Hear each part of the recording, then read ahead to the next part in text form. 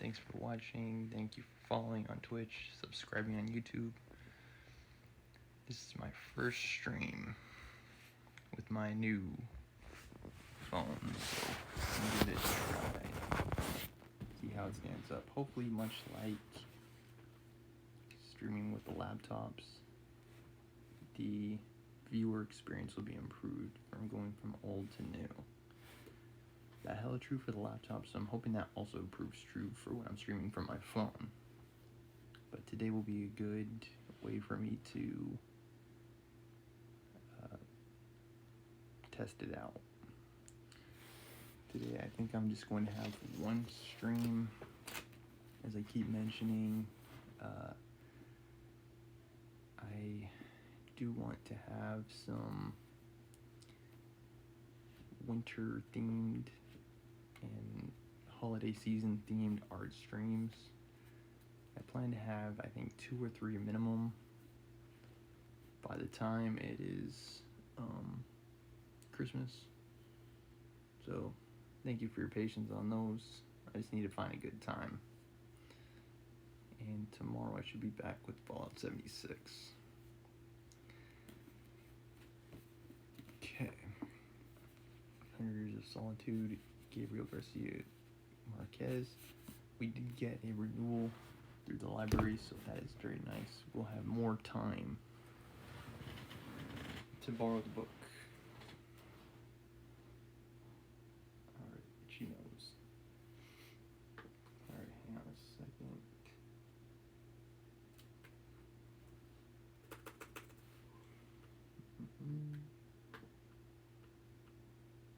Hopefully I don't have to double up on the stream like I've been doing, but I can. Let's see, I think I'll give it another minute to see if it's necessary, and if it's still not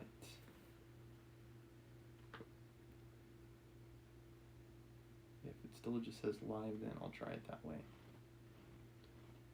Because this is somewhat of a test with my new device, so just experimenting a little bit here. Okay, hold on a second, I'm navigating.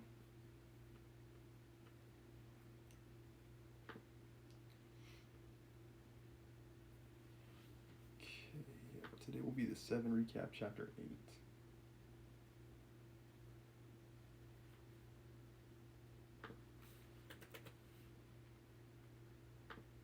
Alright, hold on.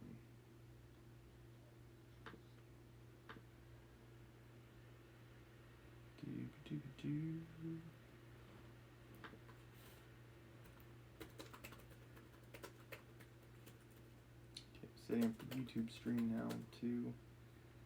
The good thing about those YouTube streams is they are posted as videos after I record them, so that will make it easier for you to keep track of the series even if you're not able to watch it live, so that's nice. My plan is to have the entire book online.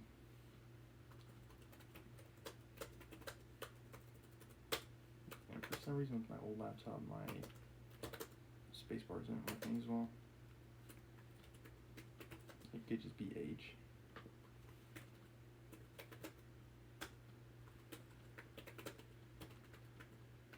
Like I have to press the button, I think, more firmly, the spacebar more firmly than I did in the past.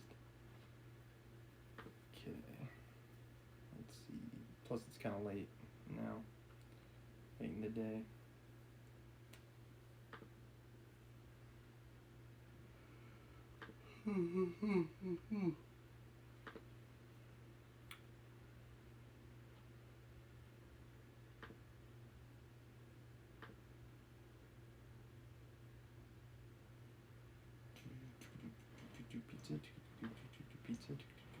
Pizza.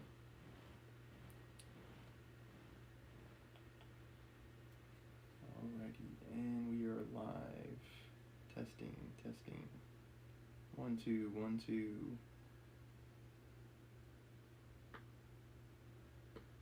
Have to check the audio. Testing. Okay, it's coming in. Alright, this is the Chapter 7 recap taken directly from litcharts.com. And it should serve somewhat of a reminder for us of the events of Chapter 7, and serve also as somewhat of a bridge between what we read in Chapter 7 and what we are about to read in Chapter 8. Colonel Aureliano Buendia is taken prisoner 2 weeks before the end of the war. Only Colonel Hernaldo Marquez accompanies him at the final moment of defeat. He returns to Macondo with his hands bound, accompanied by an officer. Large crowds gather to watch his return. Ursula visits Colonel Aureliano Buendia in jail. He knows all that has gone on in Macondo because of his psychic abilities, even saying that he believes he's been sentenced to death in this way before, too. He gives his poems to his mother and makes her promise to burn them. She gives him the revolver she has smuggled in. Colonel Aureliano Buendia thinks back to the time of the war, remembering how the enemy had tried to trap him, but he uses his premonitions to protect him. On another occasion, his close friend, Colonel Magnifico Vespo, had been stabbed to death a few yards from him, and he had no idea. When he was sentenced to death, he had a premonition that made him ask that sentence be carried out in Macondo. In Macondo, the soldiers delay the execution, fearful of the crowd's rebellion. Kind of strange that he can tell the future, but he can't detect when someone's being stabbed to death near him.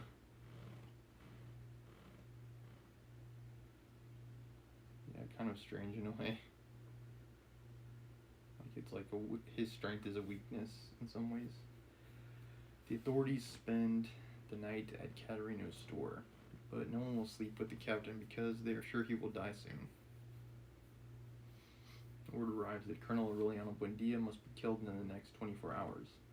The guards lead him through the street and stand him against the wall to the cemetery. Colonel Aureliano Buendia has a vision of his father leading him to ice. He hears a shot that breaks his memory and sees Jose Arcadio I crossing the street with his shotgun. He orders them not to shoot and another war begins. The soldiers leave with Colonel Aureliano Buendia to free the revolutionary leader in Riohacha. I believe Arcadio Jr. died in the previous chapters, just Arcadio. Or maybe it was the chapter before. I can't quite remember. They make their way convincing liberals in small towns to accompany them by showing them the small goldfish.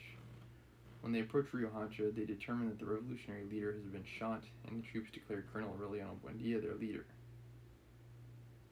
By the time he's gathered an army of 2,000 well-armed Indians, the Liberal Party has rejected him as their leader, and the national government deems him a bandit. He returns to Macondo to establish his headquarters there, and is greeted by Colonel Hernaldo Marquez. Ursula is taken in Santa Sofia de la Piedad and her daughter and twin sons, born several months before. The girl's name is Remedios. The boys are named Jose Arcadio II and Aureliano II.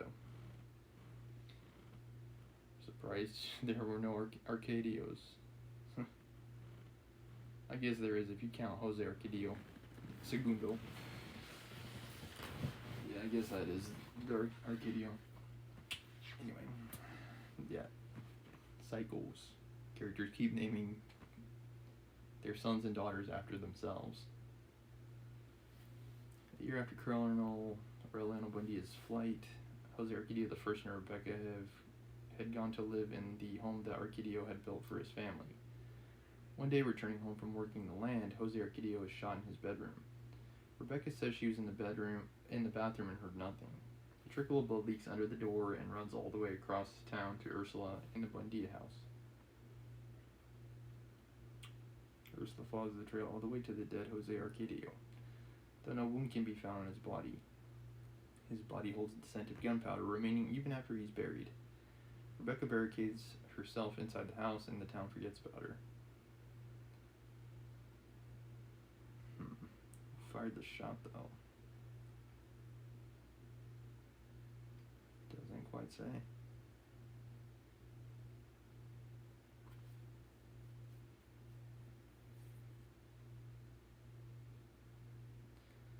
Lieutenant Macondo is under the impression that Colonel Aureliano Buendia holds power because of his 5,000 troops. The colonel knows different. He believes the war is at a stalemate. Colonel Aureliano Buendia asks Pilar Ternera to read him his future. If Aureliano himself has premonitions, I'm not sure why that would be necessary, but maybe he just wants an outside opinion. She warns him to watch out for his mouth. Though she can't explain further, 2 days later he drinks poisoned coffee.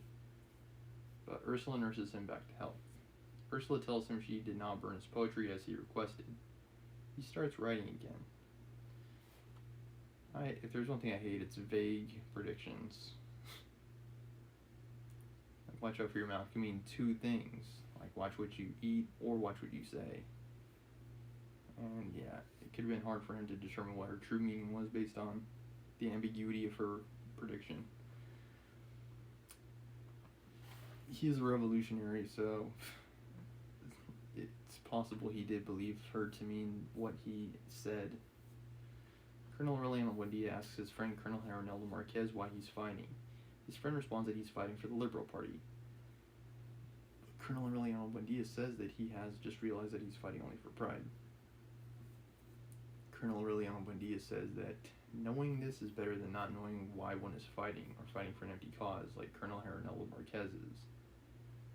He names Colonel Arnaldo Marquez the civil and military leader of Macondo, and goes to meet the rebel groups in the interior. Colonel Arnaldo Marquez establishes an atmosphere of rural peace. Colonel Arnaldo Marquez fell in love with Amaranta before his return. Ursula advises Amaranta to marry him, but Amaranta refuses, saying he'll be shot sooner or later. Indeed, the government threatens to shoot him if the rebel forces don't surrender Riohacha. Amaranta turns down his proposal and accuses him of loving Colonel Aureliano Buendia so much that it has caused him to want to marry her. He says he will continue insisting. Like family relation. He loves her by association. That's what she's saying. But I don't think Amaranta would go for him anyway because she is atoning for her rejection of Pietro Crispi and the fallout of that. She's tied a bandage around her hand after burning her hand on coals to remind herself to remain celibate. As a penalty, she's assessed on herself for indirectly killing Pietro Crispi. Pietro Crispi took his own life after she rejects him. A letter arrives from Colonel Aureliano Buendia advising Ursula to take good care of Jose Arcadio Buendia because he's going to die. Ursula believes it is a premonition. It takes 7 men to move him inside to a bed. The next morning, he's returned himself to the chestnut tree. Jose Arcadio Buendia communicates with and is cared for mostly by the ghost of the man she killed, Prudencio Aguilar. This must be written incorrectly. Typo here because it says man her killed, but I think it's man she killed. I don't remember. Oh, I see. Yeah, the man he killed. Jose Arcadio Buendia is the one who killed Prudencio Aguilar. Very early in the book, I think it was the first chapter, because he made some sort of remark about Ursula. Like he can't make her happy in the bedroom or something like that.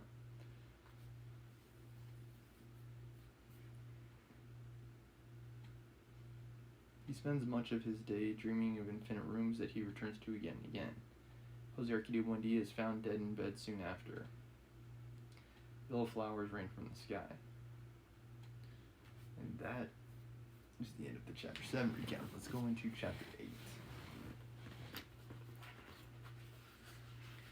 Sitting in the wicker rocking chair with her interrupted work in her lap, Amaranta watched Aureliano Jose, his chin covered with foam, stropping his razor to give himself his first shave.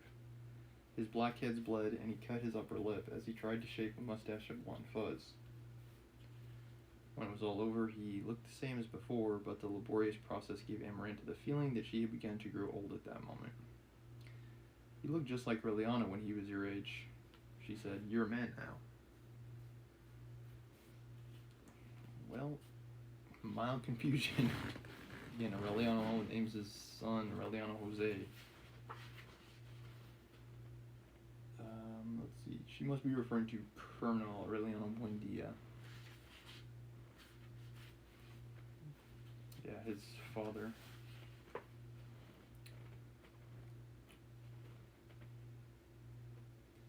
He had been for a long while, ever since that distant day when Amaranta thought he was still a child and continued getting undressed in front of him in the bathroom as she had always done. As she had been used to doing ever since Pilar Ternera had turned him over to her to finish his upbringing. The first time that he saw her, the only thing that drew his attention was the deep depression between her breasts. He was so innocent that he asked her what had happened to her.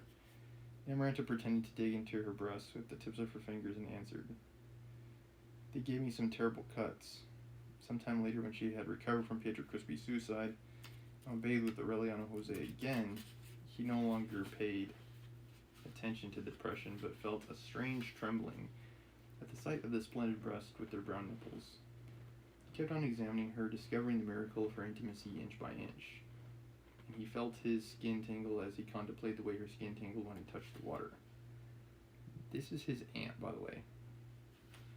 Ever since he was a small child, he had the custom of leaving his hammock and waking up in Amaranta's bed, because contact with her was a way of overcoming his fear of the dark. But since that day, when he became aware of his own nakedness, it was not fear of the dark that drove him to crawl in under her mosquito netting, but an urge to feel Amaranta's warm breathing at dawn. Early one morning, during the time when she refused Colonel Herrineldo Marquez, Aureliano Jose awoke in the feeling that he could not breathe. He felt Amaranta's fingers searching across his stomach like warm and anxious little caterpillars. Pretending to sleep, he changed his position to make it easier, and then he felt a hand without the black bandage, diving like a blind shellfish into the algae of his anxiety.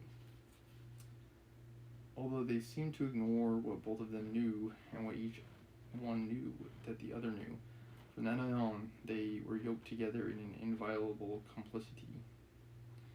Yeah, she's taken a vow of celibacy, and even if she didn't, that's her nephew. So just keep that in mind. Aureliano Jose could not get to sleep until he heard the 12 o'clock waltz on the parlor clock. The mature maiden, whose skin was beginning to grow sad, did not have a moment's rest until she felt slip in under her mosquito netting that sleepwalker whom she had raised, not thinking that he would be a palliative for her solitude. Let's see, palliative. Gotta look it up.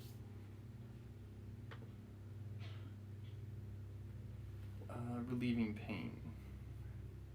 Like sedative, yeah. Later, they not only slept together naked, exchanging exhausting caresses, but they would also chase each other into the corners of the house and shut themselves up in the bedrooms at any hour of the day in a permanent state of unrelieved excitement. They were almost discovered by Ursula one afternoon when she went into the granary as they were starting to kiss. Again, disturbing. Yeah, to put it bluntly, disturbing. But let's see, is there anything else? There was something else I wanted to say, but I think I forgot what it was.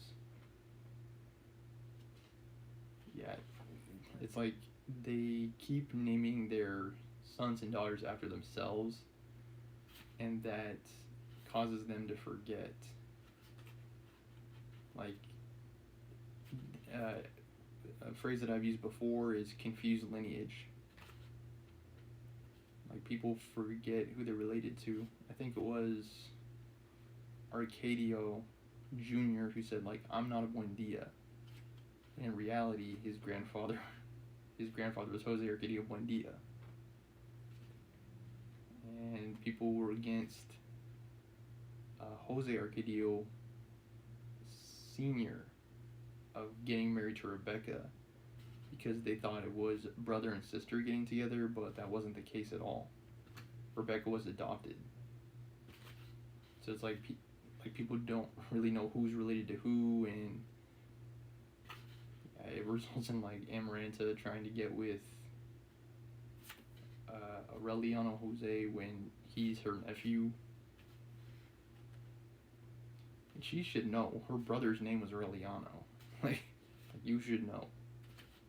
It's not like Pilar with all of her sons and daughters that she doesn't know which is her kid. It's the name. It's all in the name. Do you love your aunt a lot? Yeah, even more disturbing, she knows. She asked Aureliano Jose in an innocent way. He answered that he did. That's good of you, Ursula concluded, and finished measuring the flour for the bread and returned to the kitchen.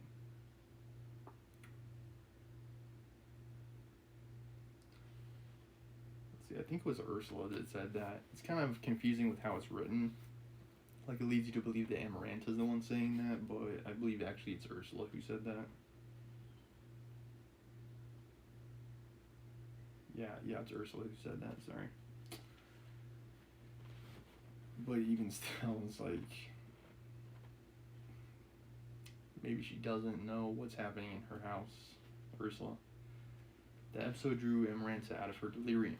She realized that she had gone too far.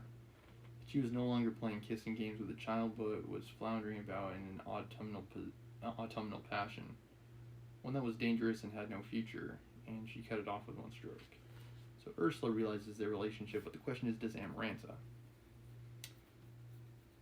Aureliano Jose, who was then finishing his military training, finally woke up in reality and went to sleep in the barracks. On Saturdays, he would go with the soldiers to Caterino's store. He was seeking consolation for his abrupt solitude, for his premature adolescence with women who smelled of dead flowers, whom he idealized in the darkness and changed into Amaranta by means of the anxious efforts of his imagination. A short time later, contradictory news of the war began to come in. While the government itself admitted the progress of the rebellion, the officers in Macondo had confidential reports of the imminence of a negotiated peace. Toward the 1st of April, Special Emissary identified himself to Colonel Hernando Marquez. I believe this is the second time war has broken out in Macondo. I can't really remember why the first one started, but I think it's had something to do with the establishment of political parties, like the liberals and conservatives. And they went to war, and then that war ended, and then another war started after Jose Arcadio was shot. And I don't know if it was directly because of that or related to that. It might have been because of that. Okay.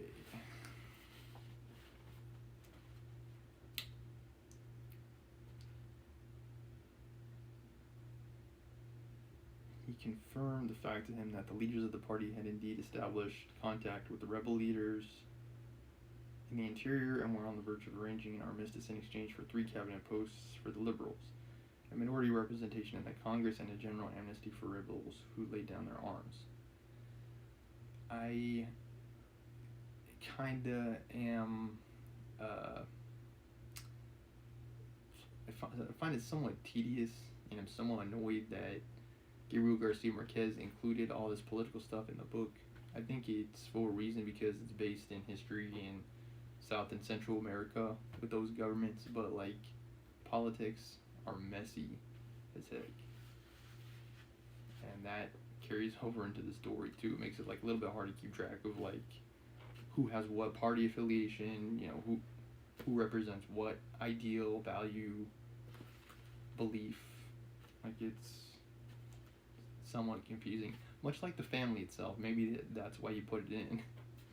Because it's like the family, their generations and lineage is confusing, as is all of the progress initiatives and the developments of civilization are also confusing, messy, tangled too.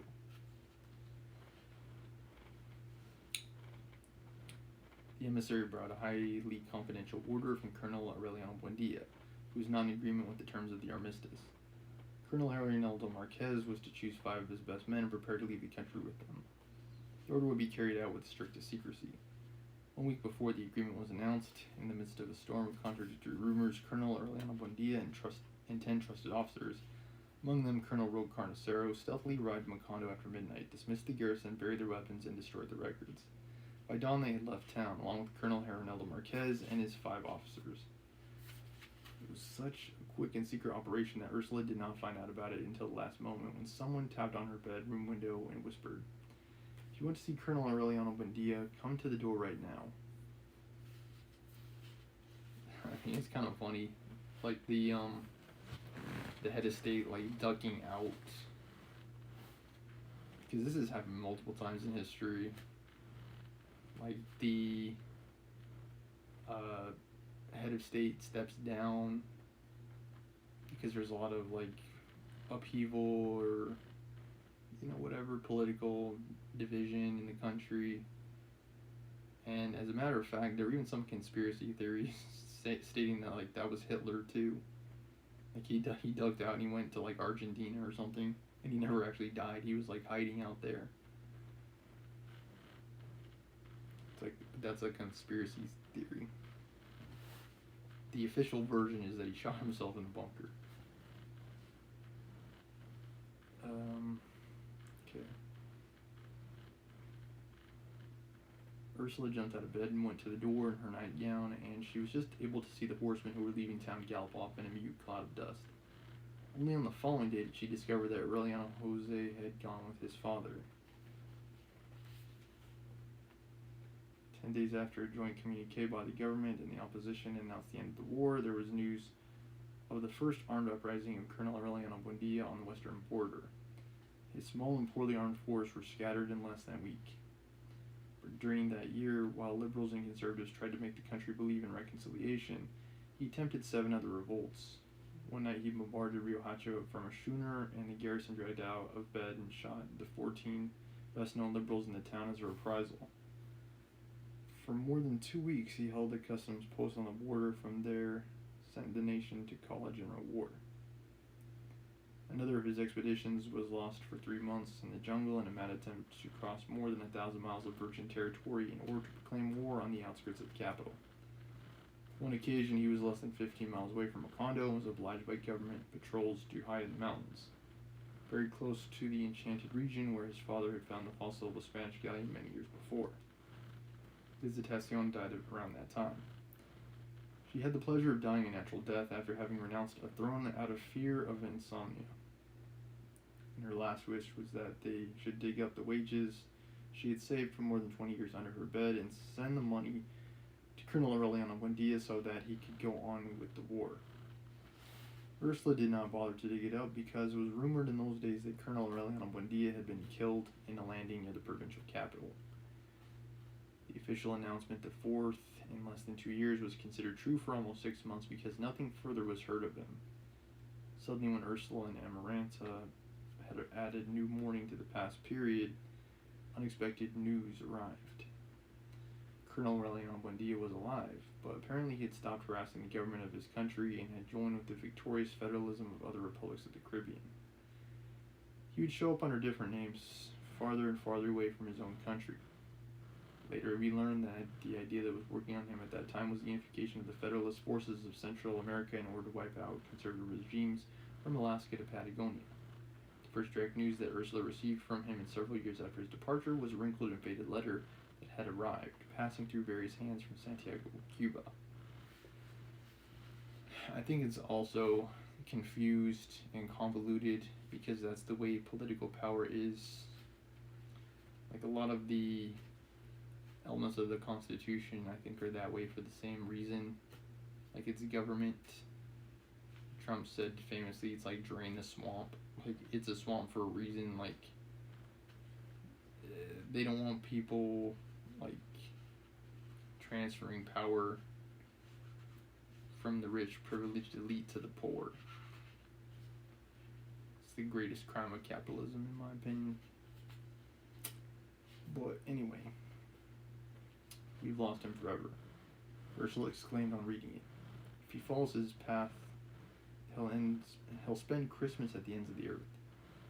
The person to whom she said it, who was the first to whom she showed the letter, was the conservative General Jose Raquel Moncada, mayor of Macondo since the end of the war. This Reliano, General Wakanda commented, "What a pity that he's not a conservative." Again, does he mean junior, senior? I would be very surprised if he was saying that about senior, because he's been fighting like as a revolutionary this entire time. Really admired it. Like many conservative civilians, Jose Raquel Moncada had waged war in defense of his party and had earned the title of general on the field of battle, even though he was not a military man by profession. On the contrary, like so many of his fellow party members, he was an anti-militarist. He considered military men unprincipled loafers, ambitious plotters, experts in facing down civilians in order to prosper during times of disorder. Intelligent, pleasant, ruddy-faced, a man who liked to eat and watch cockfights, he had been at one time the most feared adversary of Colonel Aureliano Buendia. Again, you're fighting with one of the Aurelianos, so you know he's not a conservative. He must have been meaning the junior, I'm thinking. He succeeded in imposing his authority over the career officers in a wide sector along the coast. One time, he was forced by strategic circumstances to abandon a stronghold to the forces of Colonel Aureliano Buendia. He left 2 letters for him. In one of them, quite long, he invited him to join in a campaign to make the war more humane. The other letter was for his wife, who lived in liberal territory, and he left it with a plea to see that it reached its destination. From then on, even in the bloodiest periods of war, the 2 commanders would arrange truces to exchange prisoners. There were pauses with a certain festive atmosphere, which General Moncada took advantage of to teach Colonel Aureliano Buendia how to play chess. They became great friends. They even came to think about the possibility of coordinating the popular elements of both parties, doing away with the influence of the military men and professional politicians, setting up a humanitarian regime that would take the best from each doctrine. But that would be to, that would make the world a better place. Who'd want that? He wore civilian clothes, replaced the soldiers with unarmed policemen, enforced the amnesty laws, and helped a few families of liberals who had been killed in the war. He succeeded in having Macondo raised to the status of a municipality, and he was therefore its first mayor. He created an atmosphere of confidence that made people think of the war as an absurd nightmare of the past. Father Nicanor, consumed by hepatic fever, was replaced by Father Colonel, whom they called the Pup, a veteran of the First Federalist War. Bruno Crespi, who was married to Amparo Moscote, and whose shop of toys and musical instruments continued to prosper, built a theater which Spanish companies included in their itineraries. It was a vast open-air hall with wooden benches, a velvet curtain with Greek masks, 3 box offices in the shape of lion's heads, through which mouths the tickets were sold. It was all about that time that the school was rebuilt. It was put under the charge of Don Melchor Escalona, an old teacher brought from the swamp. He made his lazy students walk on their knees in the lime-coated courtyard and made the students who talked in class eat hot chili, with the approval of their parents. That's Bruno Crespi, the brother of the deceased Pietro Crespi. Aureliano Segundo and Jose Arcadio Segundo, the willful twins of Santa Sofia de la Piedad, were the first to sit in the classroom with their slates, their chalk, their aluminum jugs with their names on them. These are the kids of the deceased Arcadio, the one who died, I think, two or three chapters ago. I think he was the ruler of Moncano for a brief time too. Arcadio was, but he was the despotic, like Fidel, not Fidel. Maybe kind of like Fidel, kind of like Benito Mussolini. Like, he was so mean, people liked it when he died. And they're like, yay, he's gone.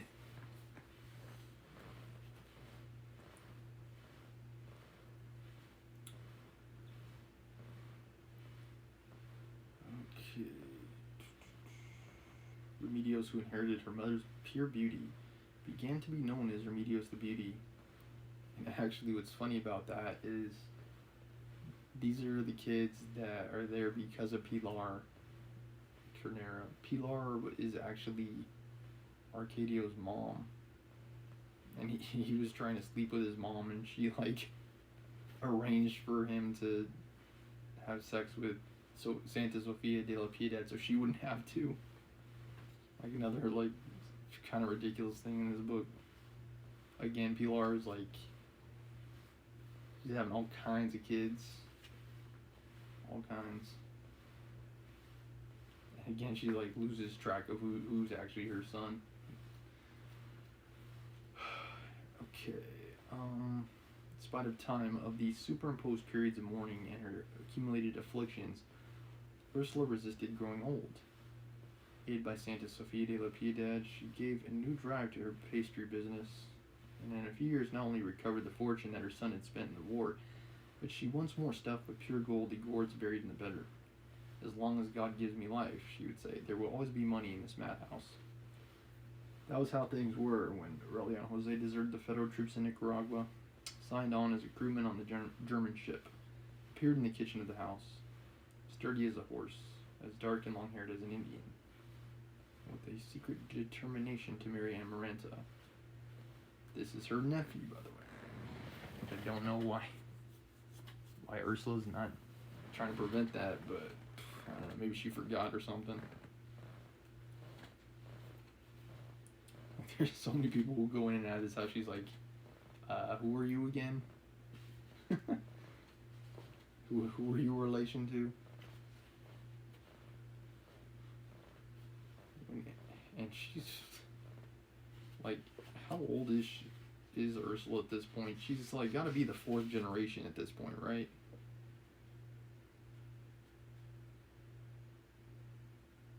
Let's see, 1, 2.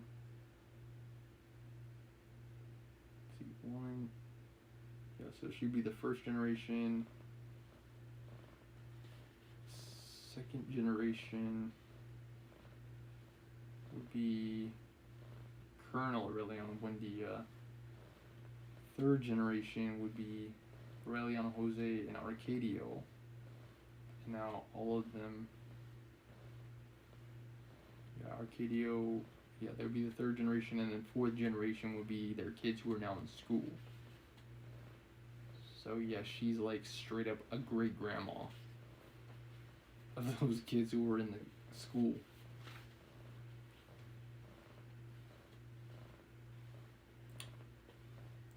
She's pretty dang old.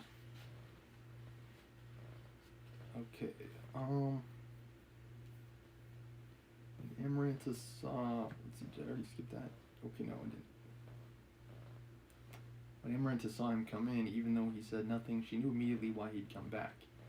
At the table, they did not dare look each other in the face. But 2 weeks after his return, in the presence of Ursula, he set his eyes on hers and said to her, I always thought a lot about you. Amaranta avoided him. She guarded against chance meetings. Yeah, it's like Amaranta tends to reject and push people away. She rejected Pietro Crispi. She rejected, what was the dude's name? Herrineldo Marquez. Was it Herrineldo Marquez? I think it was Herrineldo. Yeah, Herrineldo. Now she's rejecting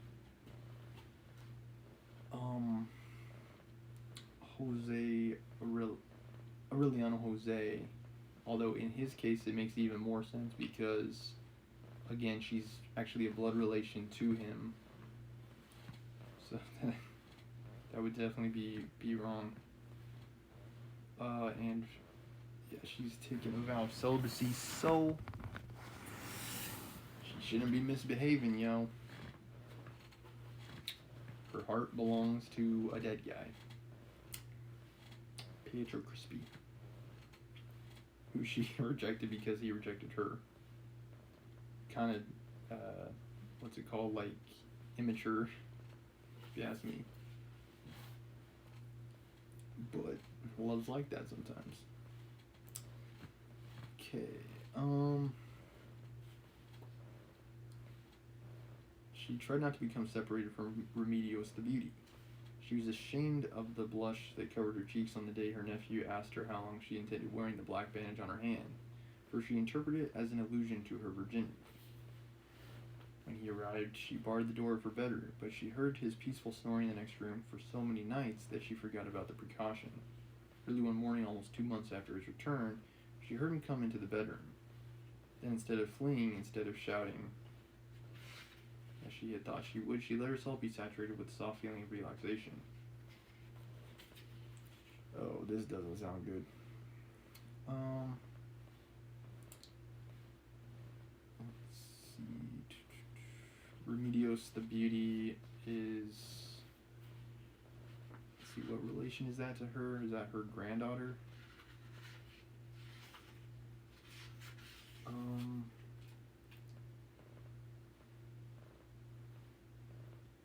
It would be her... It wouldn't be her granddaughter, since Amaranta doesn't actually have kids.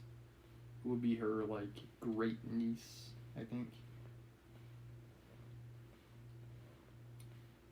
Yeah, so her mom...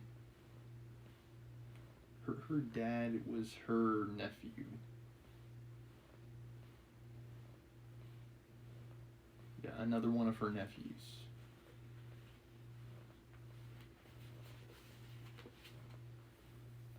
The one who wasn't trying to have sex with her.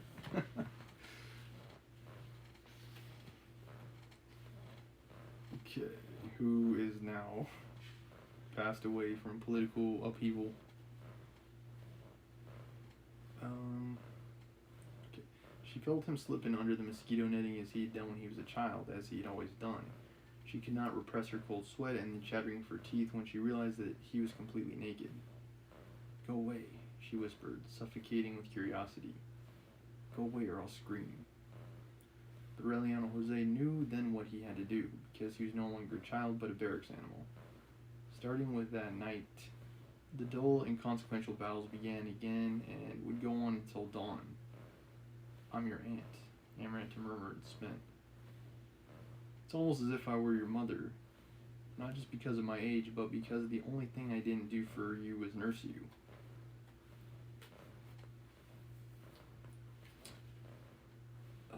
Who is his mom? Is it Santa Sofia de la Piedad?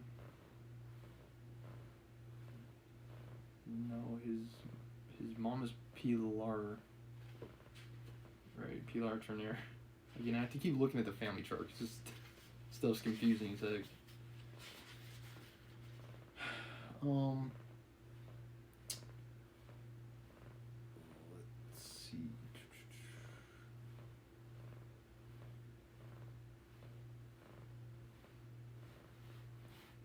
His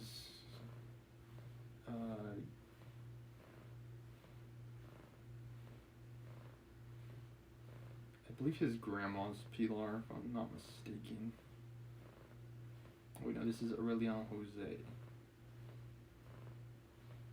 So his mom was Remedios. Wait, no, sorry. Yeah, his mom is Pilar Ternera. Yeah, when in doubt, their mom is Pilar. Like, if you're in doubt, your mom is Pilar Ternera. Seriously, you have so many kids, it's like hard to keep track. It's like she's doing her job to populate the planet and contribute to global warming. Okay.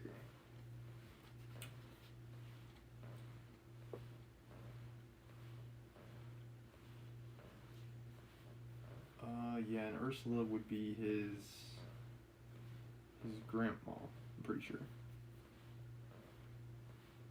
Yeah, I believe so.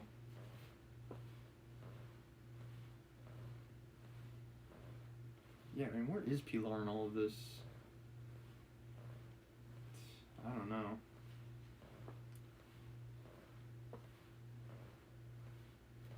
And who's the woman who is Arcadio?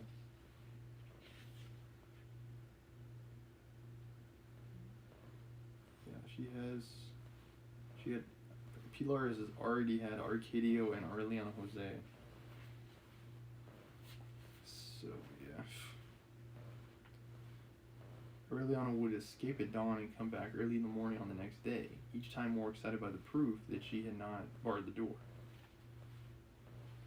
Why that's even necessary, I don't really know. Pilar and his dad is Colonel Aureliano. Yeah, Colonel Aureliano Jose, right? Is that his name? No, it's Colonel Aureliano Buendia. Yeah, Colonel Aureliano Buendia is his dad, and who knows where he is. Trying to avoid getting shot, I think, somewhere.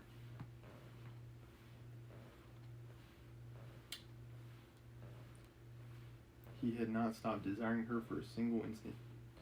He found her in the dark bedrooms of captured towns, especially in the most abject ones, and he would make her materialize in the smell of dry blood on the bandages of the wounded, in the instantaneous terror of the danger of death, at all times and in all places. He had fled from her in an attempt to wipe out her memory, not only through distance, but by means of a muddled fury that his companions at arms took to be boldness. But the more her image wallowed in the dunghill of the war, the more the war resembled Amaranta. That was how he suffered in exile, looking for a way of killing her with his own death, till he heard some old man tell the tale of a man who had married his aunt, who was also his cousin, and whose son ended up being his own grandfather. What?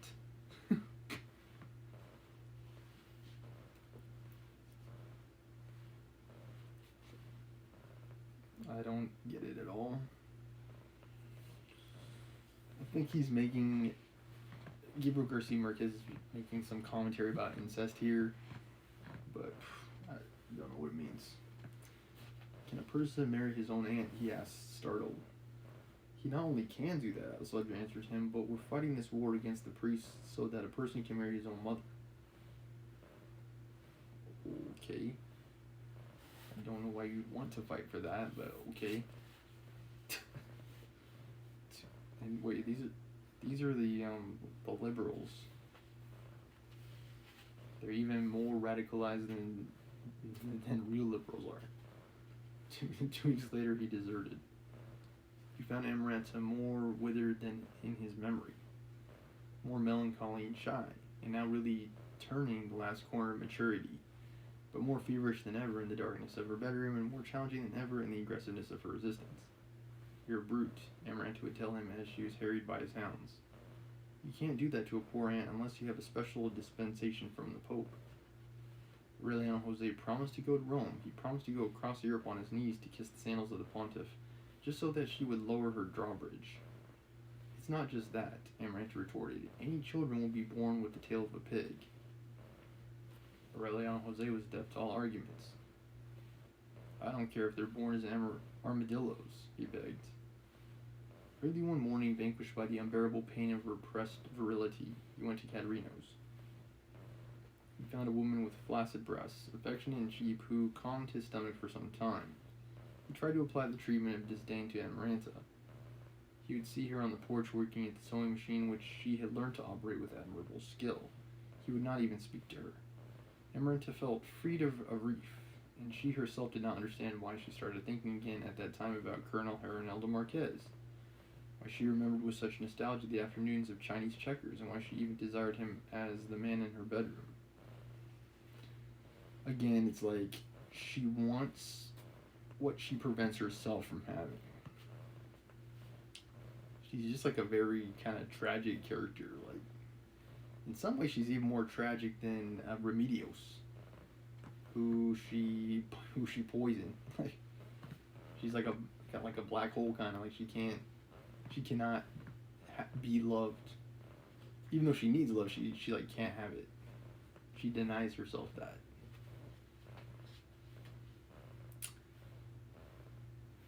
Much to like everyone else's torment and suffering, including hers. Like,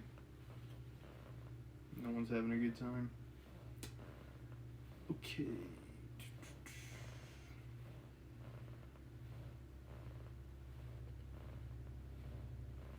Aureliano Jose did not realize how much ground he had lost on the night he could no longer bear the farce of indifference and went back to Amaranta's room.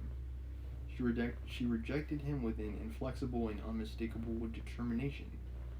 She barred the door of her bedroom forever. A few months after the return of Aureliano Jose, an exuberant woman perfumed with jasmine appeared at the house with a boy of about 5. She stated that he was the son of Colonel Aureliano Buendia and that she had brought him to Ursula to be baptized. No one doubted the origins of that nameless child. He looked exactly like the colonel at the time he was taken to see ice for the first time. This would be Jose Aureliano's brother, if that's the case. Yes. So this 5-year-old boy is Aureliano Jose's brother. The woman said that he'd been born with his eyes open, looking at people with the judgment of an adult, and that she was frightened by his way of staring at things without blinking. He's identical, Ursula said. The only thing missing is for him to make chairs rock by simply looking at them. They christened him Aureliano, because that's not confusing, with his mother's last name, since the law did not permit a person to bear his father's name until he had recognized him. General Moncada was the godfather, although Amaranta insisted that he be left so that she could take over his upbringing. His mother was against it.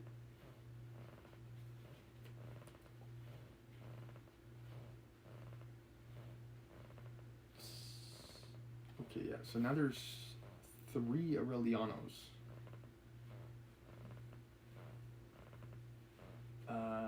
There's Colonel Aureliano Buendia, there's Aureliano Jose, and there is now this Aureliano.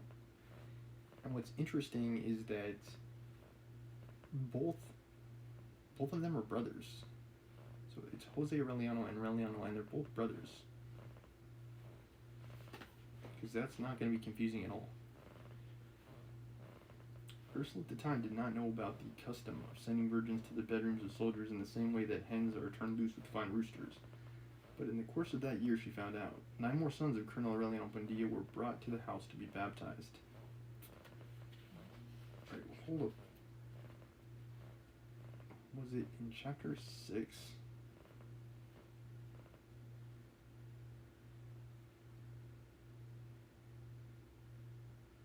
Maybe it was chapter 5.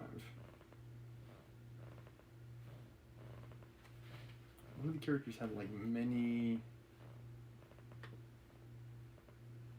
kids. Who was that? Was it Colonel Aureliano Buendia? And most of them died.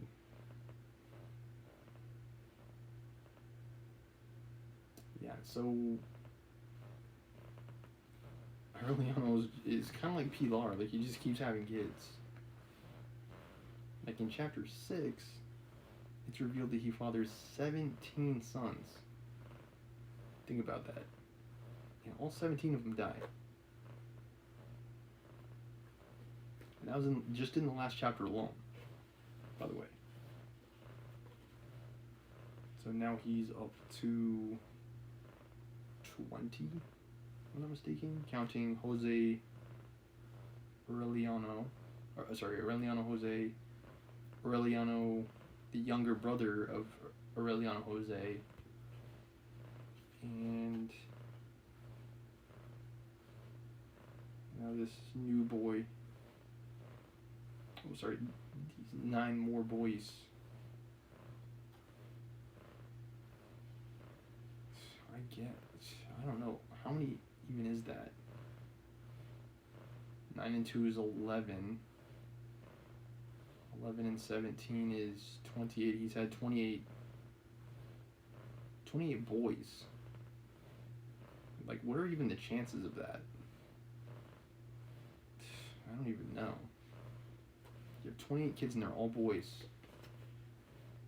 That's got to be some sort of record. Like, I don't even think that's possible.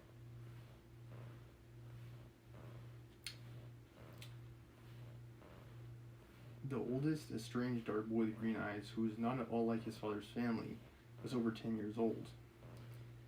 They brought children of all ages, all colors, but all males and all with the look of solitude that left no doubt as to their relationship. Wow. Only 2 stood out in the group. One large for his age and made smithereens out of the flower pots and china because his hands seemed to have the property of breaking everything they touched. The other was a blond boy with the same light eyes as his mother, whose hair had been left to grow long and curly like that of a woman. He entered the house with a great deal of familiarity, as if he'd been raised there, and he went directly to a chest in Ursula's bedroom and demanded, "I want the mechanical ballerina." Ursula was startled. She opened the chest, searched among the ancient and dusty articles left from the days of Melchiades, and wrapped in a pair of stockings she found the mechanical ballerina that Pietro Crispi had brought to the house once and that everyone had forgotten about. I think in a way it's representing the cyclical nature of time, because I believe that Melchiades will be making another resurrection soon. He's come back from the dead one time already, he's existed twice, and he's died twice. And I believe he'll be coming back soon, but even the memories themselves are cyclical. Like, this boy couldn't have known about that doll, but it's the same toy that I think his father played with at some point, that Pietro Crispi brought from Italy. In less than 12 years, they baptized with the name Aureliano, and the last name of the mother, all the sons that the colonel had implanted up and down his theater of war, 17. At first, Ursula would fill their pockets with money, and Amaranta tried to have them stay. They finally limited themselves to giving them presents and serving as godmothers. "We've done our duty by baptizing them," Ursula would say, jotting down in a ledger the name and address of the mother and the place and date of birth of the child. Aureliano needs well-kept accounts so that he can decide things when he comes back. During lunch, commenting with General Moncada about that disconcerting proliferation, she expressed the desire for Colonel Orlando Buendia to come back someday and gather all of his sons together in the house. "Don't worry, dear friend," General Moncada said enigmatically. "He'll come sooner than you suspect.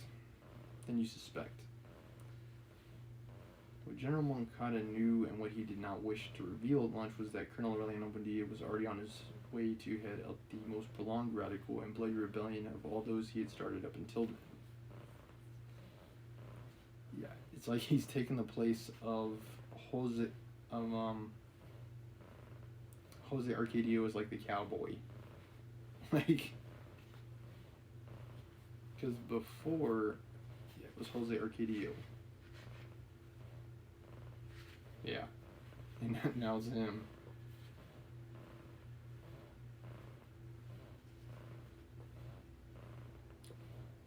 Yeah, at first it was like the Arcadios variety, and now it's like the Aurelianos are going to be that way.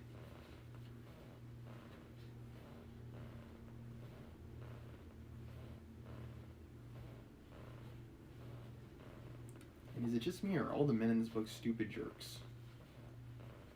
Like, is that, like, at some point, like, I think Pietro Crispi was okay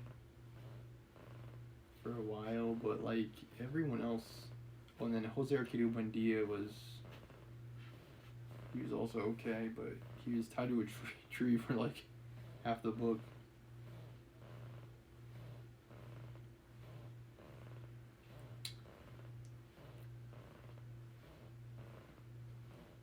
Let's see, where am I?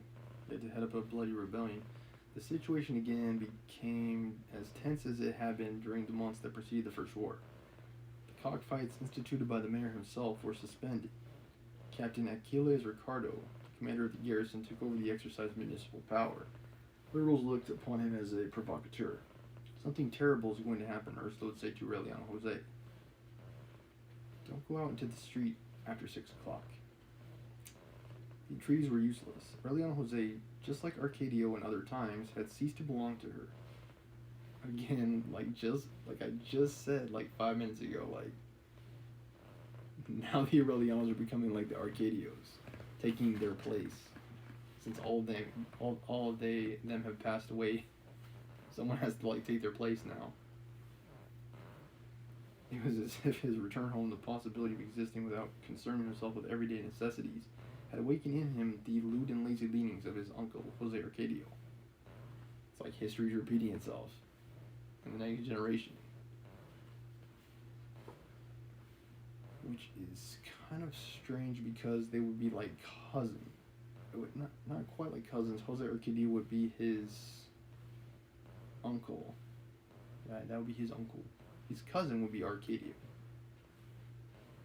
His passion for amaranth had been extinguished without leaving any scars.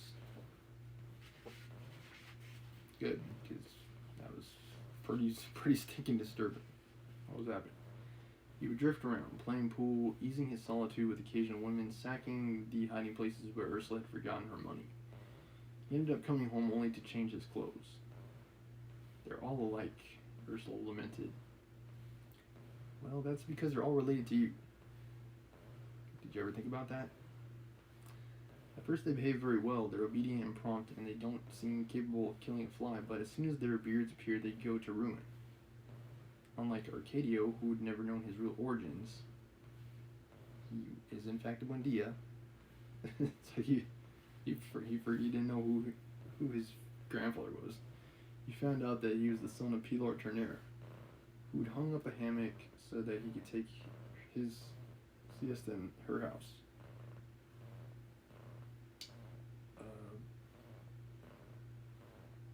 Who is this again? Jose Aureliano? Or what is it? Aureliano Jose? Yeah, it's Aureliano Jose. Yeah, correct. His mom is Pilar Ternera.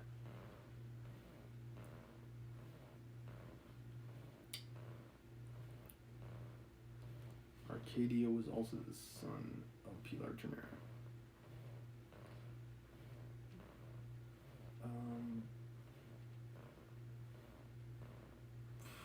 Yeah. And no one was ever married, I think, to Pilar Ternera. Yeah, so both of them were outside of the marriage. More than mother and son, they were accomplices in solitude. Ooh, Ursula and Jose. Aureliano Jose? Yeah, I guess. Pilar Ternera had lost the trail of hope. Okay, maybe, yeah, Pilar Ternera and Aureliano Jose. Her laugh had taken on the tones of an organ. Her breasts had succumbed to the tedium of endless caressing. Her stomach and her thighs had been the victims of her irrevocable fate as a shared woman. But her heart grew old without bitterness. Fat, talkative, with the airs of a matron in disgrace, she renounced the sterile illusions of her cards and found peace and consolation in other people's loves. And now, just please don't have any more kids. For the love of God. Please refrain. In the house where Aureliano Jose took his siesta, the girls from the neighborhood would receive their casual lovers. "Lend me your room, Pilar," they would simply say when they were already inside. "Of course," Pilar would answer. And if anyone was present, she would explain. "I'm happy knowing that people are happy in bed." She never charged for the service. She never refused the favor, just as she never refused the countless men who sought her out. Even in the twilight of her maturity, without giving her money or love, only occasionally pleasure. Her 5 daughters, who inherited a burning seed, had been lost on the byways of life since adolescence. Yeah, they're like all of Aureliano's, Colonel Aureliano Buendia's sons. It's like they're never really given significant meaning. Of the 2 sons she managed to raise, one died fighting in the forces of Colonel Aureliano Buendia, and the other was wounded and captured at the age of 14 when he tried to steal a crate of chickens in a town in the swamp. In a certain way, Aureliano Jose was the tall, dark man who had been promised her for half a century by the King of Hearts, and like all men sent by the cards, he reached her heart when he was already stamped with the mark of death. She saw in the cards. "Don't go out tonight," she told him. "Stay and sleep here because Carmelita Montiel is getting tired of asking me to put her in your room." Aureliano Jose did not catch the deep feelings of begging that was in the offer. "Tell her to wait for me at midnight," he said. He went to the theater where a Spanish company was putting on the Dagger of the Fox, which was really Zorrilla's play with the title changed by order of Captain Aquiles Ricardo because the liberals called the conservatives Goths. Only when he handed in his ticket at the door did Aureliano Jose realize that Captain Aquiles Ricardo and the two soldiers armed with rifles were searching the audience. "Be careful, Captain," Aureliano Jose warned him. "The man hasn't been born yet who can lay hands on me." Captain tried to search him forcibly, and Aureliano Jose, who was unarmed, began to run. Soldiers disobeyed the order to shoot. "He's a Buendia," one of them explained. Blind with rage, the captain then snatched away the rifle, stepped into the center of the street, and took aim. "Cowards," he shouted. "I only wish it was Colonel Aureliano Buendia." Yeah, if you could finally shoot him, you can put an end to the endless supply of kids he's putting out. Carmelita Montiel, a 20-year-old virgin, had just bathed in orange blossom water and was strewing rosemary leaves on Pilar Tener's bed when the shot rang out. Aureliano Jose had been destined to find with her the happiness that Amaranta had denied him, to have 7 children and to die in her arms of old age. But the bullet that entered his back and shattered his chest had been directed by a wrong interpretation of the cards. Captain Aquiles Ricardo, who was really the one destined to die that night, did indeed die 4 hours before Aureliano Jose. As soon as the shot was heard, he was brought down by 2 simultaneous bullets whose origin was never established, and a shout of many voices shook the night. Much like Jose Arcadio. It's never really revealed who shot him. "Long live the Liberal Party! Long live Colonel Aureliano Buendia!" 12 o'clock, when Aureliano Jose had bled to death, and Carmelita Montiel found that cards showing her future were blank.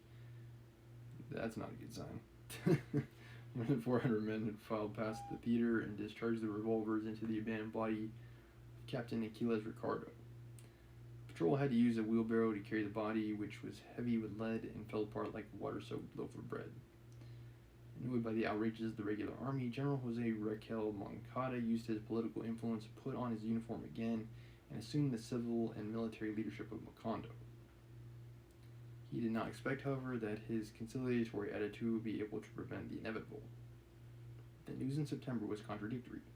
While the government announced that it was maintaining control throughout the country, the liberals were receiving secret news of armed uprisings in the interior. The regime would not admit a state of war until it was proclaimed in a decree that had followed a court-martial which had condemned Colonel Aureliano Buendia to death in absentia. The first unit that captured him was ordered to carry the sentence out. "This means he's come back," Ursula said joyfully to General Moncada, but he himself knew nothing about it. Actually, Colonel Aureliano Buendia had been in the country for more than a month. He was preceded by conflicting rumors, supposed to be in the most distant places at the same time. Even General Moncada did not believe in his return until it was officially announced that he had seized 2 states on the coast. "Congratulations, dear friend," he told Ursula, showing her the telegram. "You'll soon have him here." Ursula was worried then for the first time. "And what will you do?" she asked. General Moncada had asked himself that same question many times. "The same as he, my friend," he answered. "I'll do my duty." At dawn on the 1st of October, Colonel Aureliano Buendia attacked Macondo with 1,000 well-armed men, and the garrison received orders to resist to the end. At noon, while General Macondo was lunching with Ursula, a rebel cannon shot that echoed in the whole town blew the front of the municipal treasury to dust. "They're as well armed as we are," General Moncada sighed. "But besides that, they're fighting because they want to." Is anyone conscripted? Is anyone fighting because they do not want to? At 2 o'clock in the afternoon, while the earth trembled with the artillery fire from both sides, he took leave of Ursula with the certainty that he was fighting a losing battle. "Pray to God that you won't have Aureliano in the house tonight," he said. "If it does happen that way, give him an embrace for me, because I don't expect ever to see him again."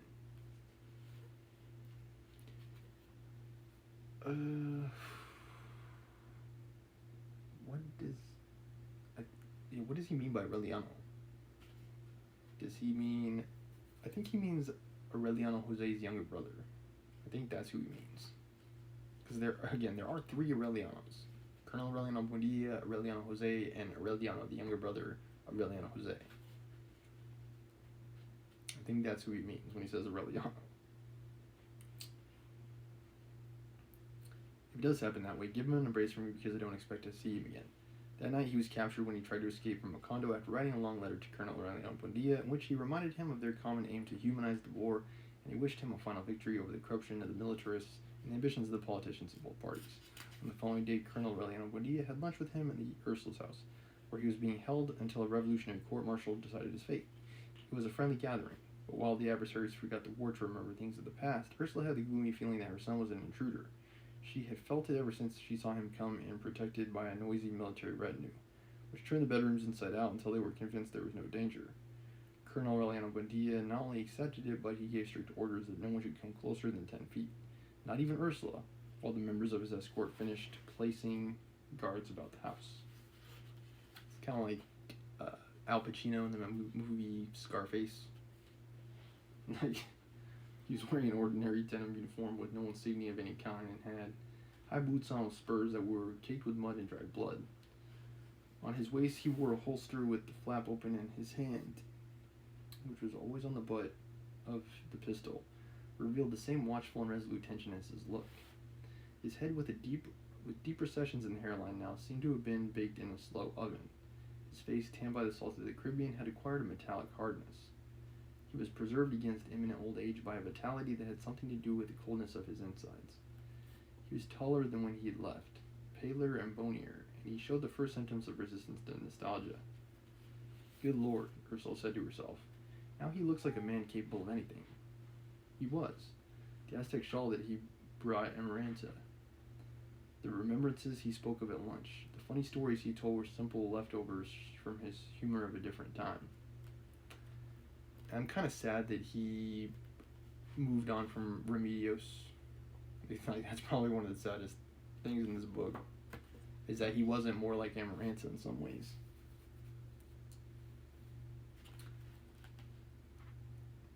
It's like her death didn't really affect him because he's willing to, like, father all these other kids. Like, he didn't really, he just moved on. As soon as the order to bury the dead in a common grave was carried out, he assigned Colonel Roque Carnicero the mission of setting up court-martials, who went ahead with the exhausting task of imposing radical reforms, which would now leave a stone of the re-established conservative regime in place. Unsurprising. We had to get ahead of the politicians in the party, he said to the aides. When they open their eyes to reality, they'll find accomplished facts. It was then that he decided to review the titles to land and went back 100 years ago and discovered the legalized outrages of his brother Jose Arcadio. He annulled the registrations with the stroke of the pen. As a last gesture of courtesy, he left his affairs for an hour and visited Rebecca to bring her up to date on what he was determined to do. Yeah, we haven't heard from Rebecca in a long time. Ever since Jose Arcadio died, I'm pretty sure.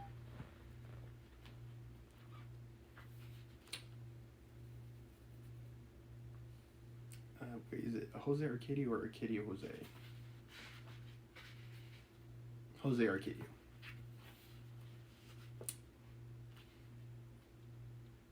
Like, is it Jose or is it Arcadio Arcadio? In the shadows of her house, the solitary widow who had been the confidant of his repressed loves, and whose persistence had saved his life, was a specter out of the past. Encased in black down to her knuckles, with her heart turned to ash, she scarcely knew anything about the war. Colonel Aureliano Buendia had the impression that the phosphorescence of her bones was showing through her skin, and that she moved in an atmosphere of St. Elmo's fire, in a stagnant air where one could still note a hidden smell of gunpowder. He began by advising her to moderate the rigor of her mourning, to ventilate the house, to forgive the world for the death of Jose Arcadio. But Rebecca was already beyond any vanity. After searching for it uselessly in the taste of earth, in the perfumed letters from Pietro Crispi, in the tempestuous bed of her husband, she had found peace in that house where memories materialized through the strength of implacable application.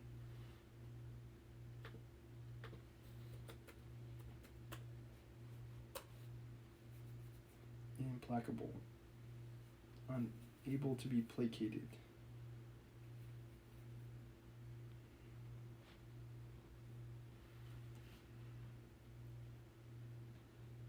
walked like human beings through the cloistered rooms. Yeah, pretty sad how she did Pietro Crispi.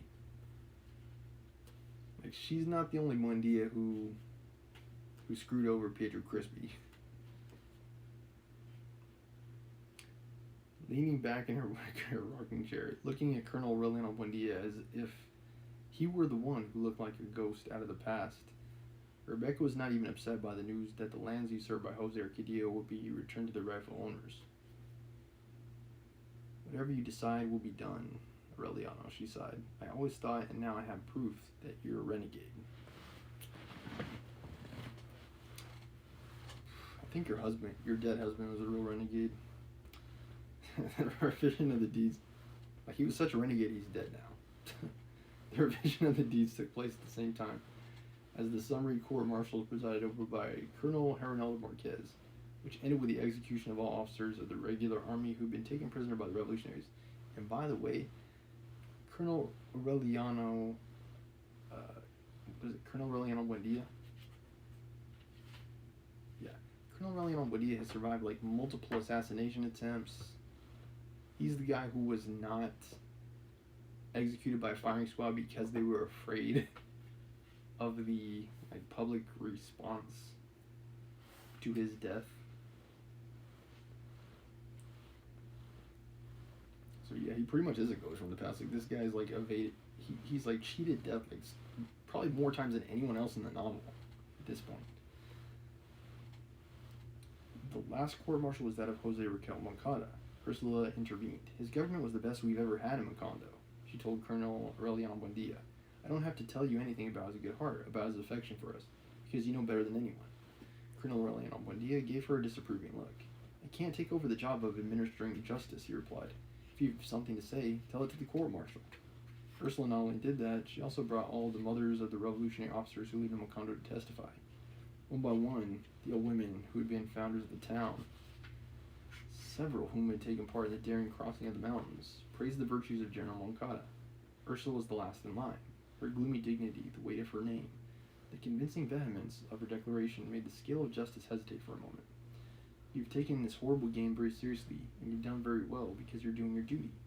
You've done well because you're doing your duty, she told the members of the court. But don't forget that as long as God gives us life, we'll still be mothers, and no matter how revolutionary you may be, we have the right to pull down your pants and give you a whipping at the first sign of disrespect. Ursula, ever the, what do you call it, like, the mother, like, she's pretty much the grandmother of, or the great-grandmother of every stinking character in this book, with the exception of Pilar Ternera and Rebecca, of course. And yeah, the Crispies. The court retired to deliberate as those words still echoed in the school that had been turned into a barracks. At midnight, General Jose Raquel Moncada was sentenced to death. Colonel Aureliano Buendia, in spite of the violent recriminations of Ursula, refused to commute the sentence. A short while before dawn, he visited the condemned man in the room he used as a cell. Remember, old friend, he told him, I'm not shooting you. It's the revolution that's shooting you. Spoken like Pontius Pilate. General Moncada did not even get up from the cot when he saw him come in. Go to hell, friend, he answered. Till that moment, ever since his return, Colonel Aureliano Buendia had not given himself the opportunity to see him with his heart. He was startled to see how much he had aged, how his hands shook. The rather another word, I need to make sure I'm saying correctly, punctilious?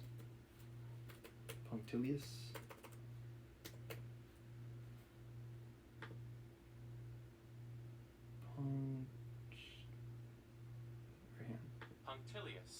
Yes, punctilious. Thank you. Showing great attention to detail or correct behavior. Punctilious conformity with which he awaited death, and then he felt a great disgust with himself, which he mingled with the beginnings of pity.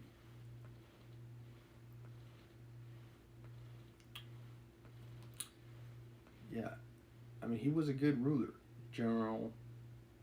What's his name? General Moncada. Yeah, he was a good ruler. Like, I don't know why he's he would have any remorse.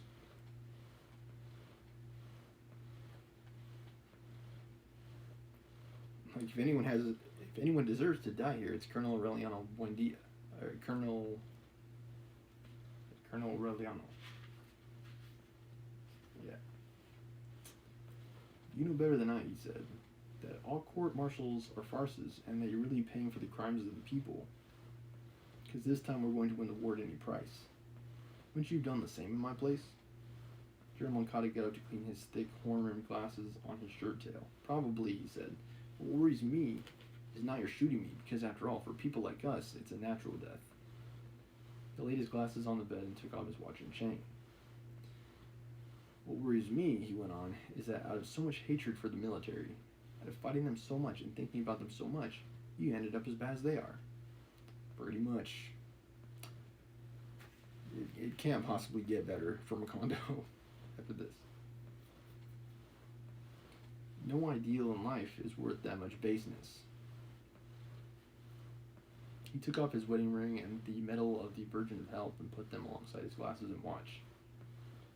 At this rate, he concluded, you'll not only be the most despotic and bloody dictator in history, but you'll shoot my dear friend Ursula in an attempt to pacify your conscience.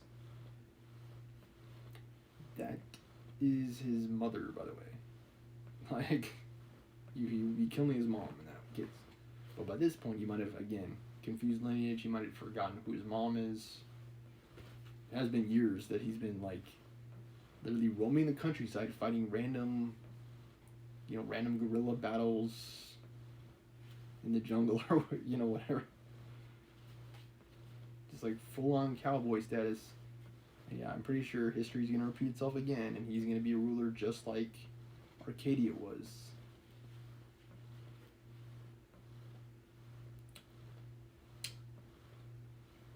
Yeah, we'll see if General Moncada's prediction comes true. I'm pretty sure it will. So, Colonel Aureliano Buendia stood there impassively. General Moncada then gave him the glasses, medal, watch, and ring and changed his tone.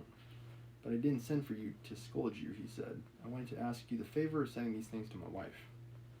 Colonel Aureliano Buendia put them in his pockets. Is she still a Manar? She's still a Manar, General Moncada confirmed. In the same house behind the church where you sent the letter. I'll be glad to, Jose Raquel, Colonel Aureliano Buendia said. When he went out into the blue air, the mist, his face grew damp as on some other dawn in the past, and only then did he realize that he had ordered the sentence to be carried out in the courtyard and not at the cemetery wall. The firing squad drawn up opposite the door paid him the honors of a head of state. They can bring him out now, he ordered. It's a shame, too.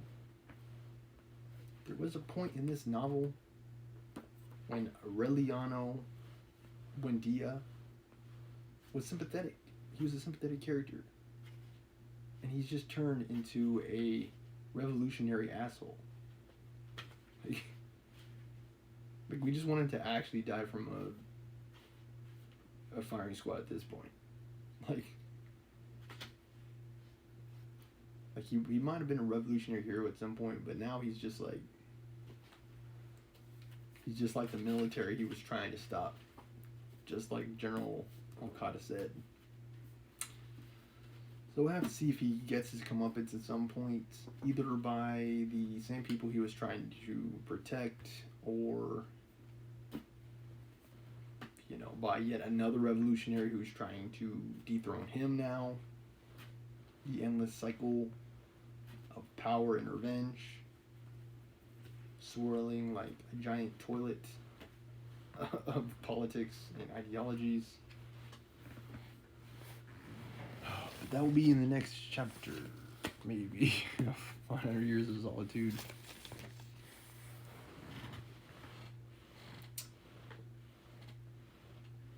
Okay. Thank you for watching. And have a nice night.